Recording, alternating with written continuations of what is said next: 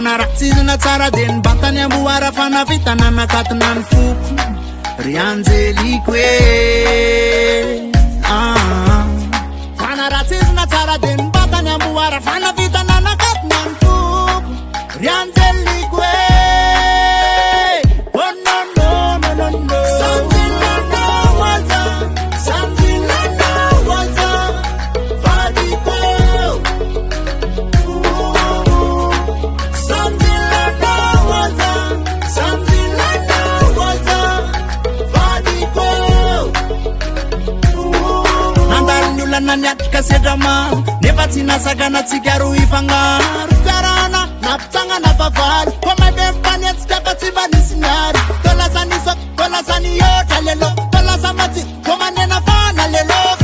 tolasa iregarega be Sanjila no waza Sanjila no waza vadiko Sanjila no waza Sanjila no waza vadiko Tigano matuzambola milano raviave azadino robot tigano matuzambola milano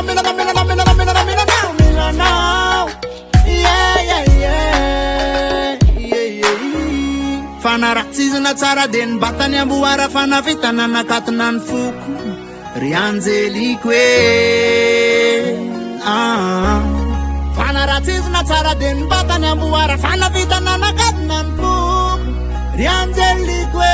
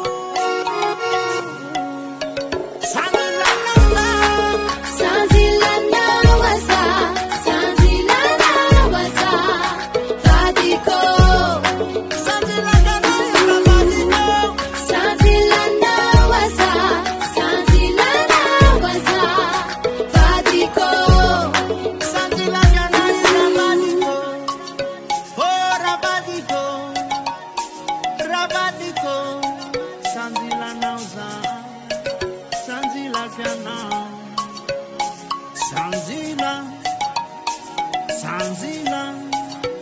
nauza